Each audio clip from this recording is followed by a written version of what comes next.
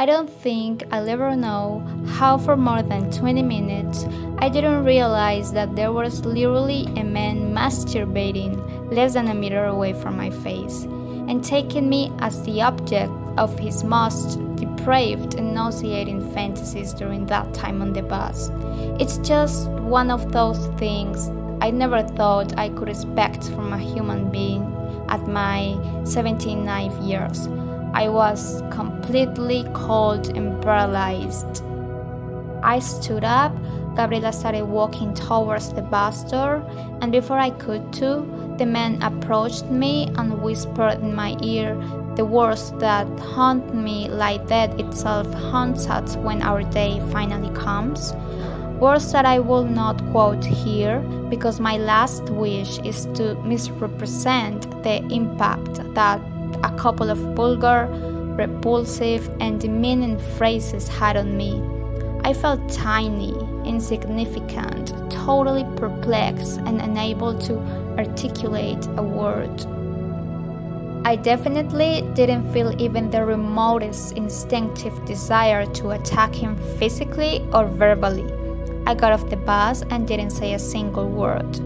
I wasn't able to talk about it for the rest of the day. The first person I told everything that happened, or rather I managed to tell something that made at least a little bit of sense, was my cousin Laura. Terrible decision.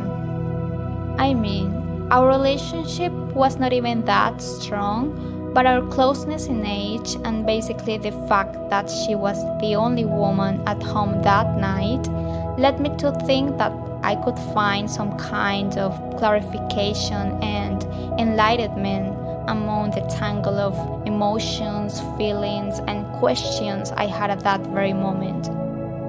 I still clearly remember her expression of mockery and disdain when she reproached me for not insulting the man or yelling on the bus. She also described in detail what she would have done in my situation, concluding by saying that my reaction had been completely foolish and cowardly. Of course, I was also fortunate to talk to people who realized that the best way to help me was to listen to me, just that, without judgment or criticism.